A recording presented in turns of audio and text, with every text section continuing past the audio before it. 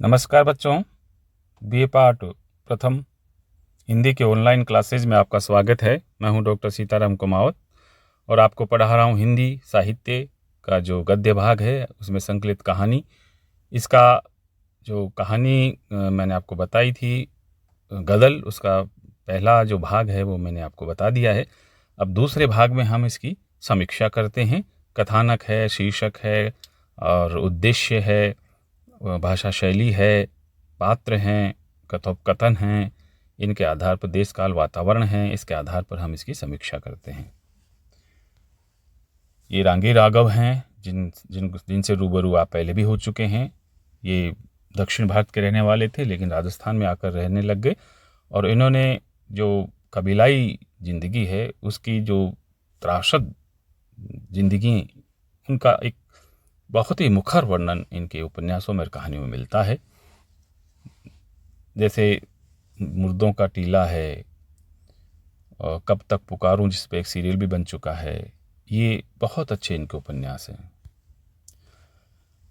रांगे राघव की कहानी गदल भाग 2 देखिए। इसका हम विश्लेषण करते हैं और समीक्षा करते हैं। गदल कहानी का जो केंद्रीय पात्र है वो है गदल।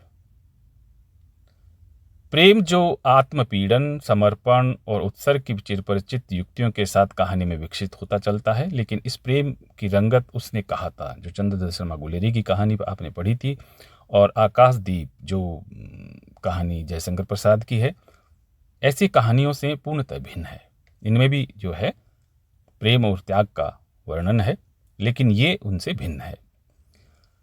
ये खास बड़बोलेपन के साथ प्रेम की उपयुक्त तीनों विशेषताओं में अपने होने का एहसास कराता है। कहानी चरित्र प्रधान है और नायिका गदल की मनोवृत्तियों और इच्छाओं से संचालित है। वह न जेल से डरती है न मृत्यु से, उसे सिर्फ अपनी इच्छा पूरी करनी है और अद्भुत दृढ़ता और निर्भीकता के साथ अपने प्राणों की आहुति देकर वह बिरादरी भोज संपन्न कराती है। ये डोडी के प्रति उसका समर्पण और प्रेमोत्सर्ग है।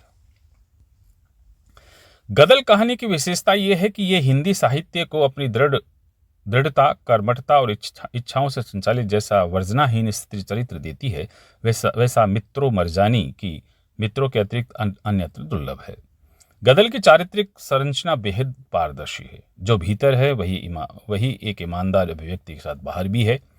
दुराव, छिपाव और छल गदल से कोसों दूर है। इसलिए लेखक को रुककर किन्हीं कथा युक्तियों के द्वारा का सहारा लेकर उसके व्यक्तित्व के सूक्ष्म परतों को उभारने का श्रम नहीं करना पड़ता। कहानी के प्रभाव में प्रारंभ में वह जितनी मुखर, जुनूनी और निडर है, कहानी के अंतिम भाग तक वैसी की वैसी बनी रहती है। ये पात्र स्थिर पात्र कहलाता है। उसके चरित्र की संरचना एक सीधी सपाट पंक्ति की तरह है जो पाठक को कथा विकास के साथ साथ हिंदी किन्हीं अतल गहराइयों या उन्नत ऊंचाइयों में ले जाने का लोमहर्षक आह्लाद नहीं देती। केंद्रीय चरित्र को प्रारंभ से ही अति स्पष्ट और अपरिवर्तनीय बना देना लेखक के लिए जोखिम का काम है। कथा की सूक्ष्म व्यंजनाओं को प्रामाणिक रूप से उभारने और पाठ के कौतूहल को बनाए रखने के लिए लेखक प्राय पात्रों के चरित्र का क्रमिक उद्घाटन करते हैं। इससे पाठक को गहनतर होती कथा के विकास की प्रत्येक अवस्था में कुछ नया पाने और उसी अनुपात में अपने भीतर मनोभावों की महीन परतों के खुलते चले जाने का आभास भी होता है। ये स्थिति है जब रचना पाठक को शब्दों की जकड़बंदी से मुक्त कर एहसास की ऐसी दुनिया में ले जाती है जो उसके भीतर धड़कती है। अपने भीतर उमगती इस दुनिया को चीन लेने पर उसे अपने शब्दों में भले ही न पिरो पाए, लेकिन लेखक के साथ जुड़कर अपने को बेहतर और समृद्धतर पाता है।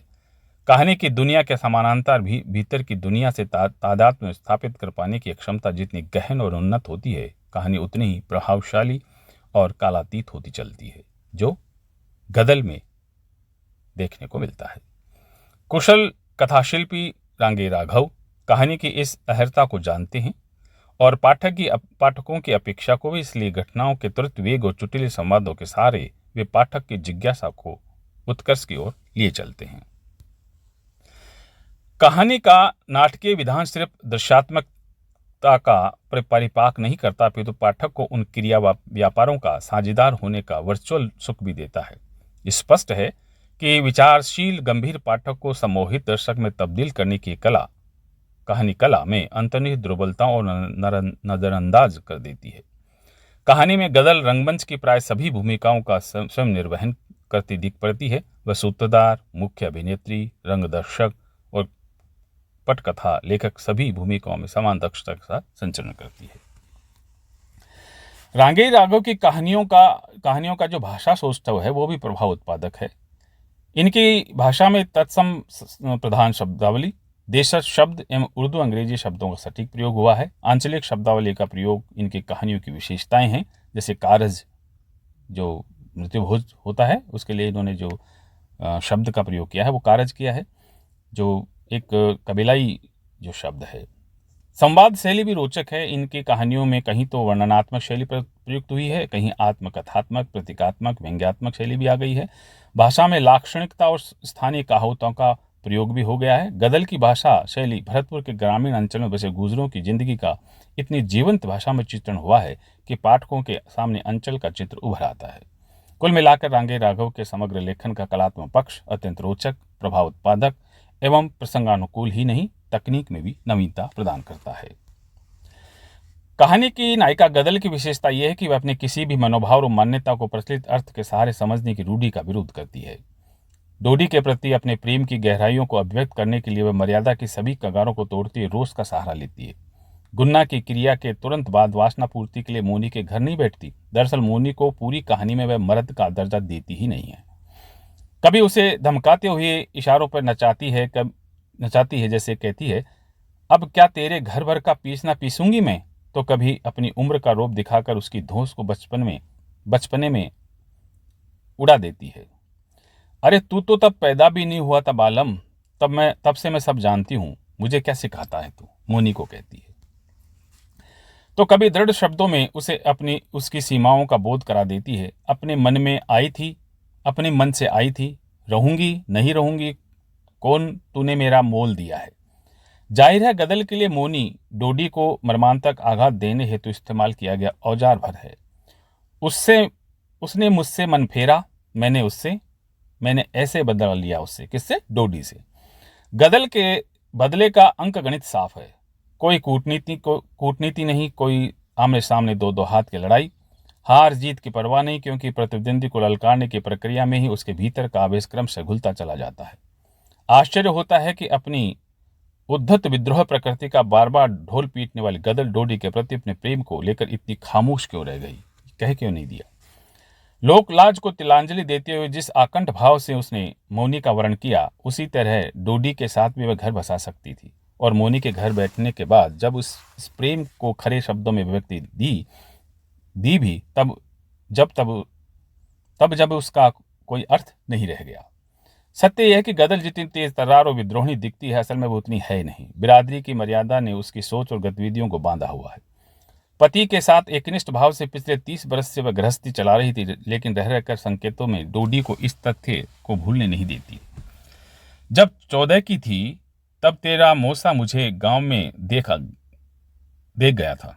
तू उसके साथ तेल लिया लठ लेकर मुझे लेने आया था ना, तब मैं आई थी कि नहीं।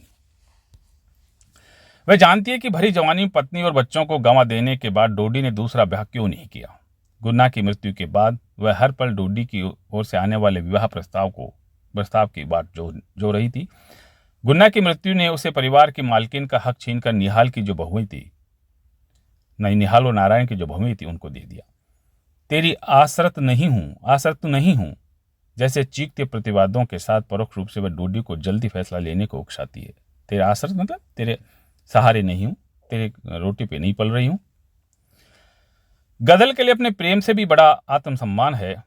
प्रेमी के सामने प्रेम याचना करके वह अपने को छोटी क्यों करे। कठोर शब्दों में अपने प्रतिवाद को रख किसी अनहोनी की चेतावनी वह अवश्य डोडी को देती चलती है। जीते जी मैंने अपने पति की चाकरी की, उसके नाते उसके सब अपनों की चाकरी बजाई, पर जब मालिक ही नहीं रहा तो काहे का हड़कम उठाऊं। ये लड़के, ये बहुएं, मैं इनकी गुलामी नहीं करूंगी। डोडी से कहती कौन, गदल। गदल की हताशा का कारण डोडी में गदल की बढ़ी हुई अपेक्षाएं हैं। गदल जिस जीवन दर्शन को जी रही है वह मानता है कि आत्मानुशासन में बंधा समर्पित प्रेम जीवन भर एक ऐसी अकर्मण्य स्थिति में बना नहीं रहता जीवन स्थितियों में बदलाव आते ही कामनाओं को व्यावहारिकता, निष्क्रियता को कर्मठता और अमूर्त प्रेम को ठोस पारिवारिक रिश्तों का रूप देना जरूरी है। पुरुष होने के नाते पहल डोडी को करनी होगी। इस आग्रह में उसकी इस मान्यता को भी पुष्टि है कि मर्यादा का उल्लंघन करके बनाया गया संबंध अंततः वासना के लपटों में घिर कर जल जाता है। मैं तो पेट तब भरूंगी जब पेट का मोल लूंगी। स्पष्ट शब्दों में अपनी कबीलाई नैतिकता को स्वीकार करने वाली गदल की सबसे बड़ी पीड़ा और पराजय यही है कि तूने यानी डोडी मुझे पेट के लिए पराई डोडी लंघवाई। यानी जो पेट के लिए यानी पेट भरने के लिए तूने जो है मजबूरी में मेरे को जो है दूसरे घर जाने में विवश किया। अपनी इसी पीड़ा का सार्वजनिक ढिंढोरा पीटने में उसे कोई संकोच नहीं। बताओ पटेलों, जब वह मेरे आदमी के मरने के बाद मुझे न रख सका तो मैं क्या करती। गदल के भीतर मनोवेग सामान्य गति से नहीं बहते, अंदर बनकर उठते हैं और इतनी अधिक तेज गति के साथ कि वे उसे भी अपने संग उड़ा ले चलते हैं। गदल में अंधड़ों की सवारी करके किसी भी अपरिचित टीले पर पहुंच जाने की निडरता है। उन अंधड़ों पर सवारी गांठ कर अपने मनचिते क्षेत्रों को सींचने का धीरज और संयम नहीं है। वह अपनी प्रवृत्तियों से संचालित भाव की स्त्री भर है, जिसे आगे पीछे सोचकर निर्णय लेना नहीं आता। विपत्तियों के मुंह में बैठकर जिंदगी की लड़ाई लड़ने का कौशल अलबत्ता खूब है। गदल की सबसे बड़ी विशेषता है कि उसका प्रचंड उग्र स्वभाव, और इसी कारण शिष्य पात्र उसके सम्मुख निस्तेज हैं। इसे यूं भी कहा जा सकता है कि लेखक ने गदल के आवश्यक और बहुआयामी व्यक्तित्व के कारण किसी को उसके सामने उभरने का अवसर ही नहीं दिया। रांगे राघव ने पूरी कहानी में गदल के अतिरिक्त किसी अन्य पात्र के व्यक्तित्व को सृजित करने का प्रयास ही नहीं किया है। उन्होंने पात्रों को या तो बिंदुओं के रूप में उभारा है या अस्तित्व की क्षीण रेखा के रूप में उनका होना विलोम चरित्र चित्रण पद्धति के जरिए गदल के चरित्र को मजबूत आधार देने के लिए किया है। उल्लेखनीय है कि कथा के नायक न सही महत्वपूर्ण पात्र कहे जा सकने वाले डोडी को लेकर भी लेखक की लापरवाही देखी जा सकती है। पराक्रमी, सुदर्श और समझदार न होने के बावजूद वह बेहद संकोची, मितभाषी और आत्मकेंद्रित है। गदल के कारण परिवारहीन होने पर भी अकेला और निर्वंश होने का बोध उसे कभी नहीं हुआ। ऐसे में सहज ही अनुमान लगाया जा सकता है कि गदल का वैधव्य, अबाध अनुराग और अकस्मात घर से नाता तोड़कर मोनी के पास चले जाना बहुत बड़े आघात की तरह उस तक पहुंचा होगा। गदल निडर औरत है। वह वही करती है जो उसे ठीक लगता है, इसलिए वो अपने नए पति को छोड़ अपने घर चली आती है। औरत होते हुए भी अपने बल पर देवर का कार्य संपन्न कराती है। इसी कोशिश में सशस्त्र पुलिस बल से मोर्चा लेते हुए मर जाती है, किंतु मरते समय भी उस बात का संतोष होता है कि उसने परंपरा अनुसार अपने देवर का मरणोपरांत कार्य संपन्न कराया। कहानी के प्रारंभ में जितनी मुखर, डीठ और निडर है, कहानी के अंत में उसका बलिदान पाठकों के मन पर अमिट छाप छोड़ जाता है। तो ये आपने समीक्षा देखी। धन्यवाद। इसी तरह से जुड़े रहिए और अगले कहानी को लेकर हम फिर मिलते हैं अगले वीडियो में। तब तक के लिए नमस्ते।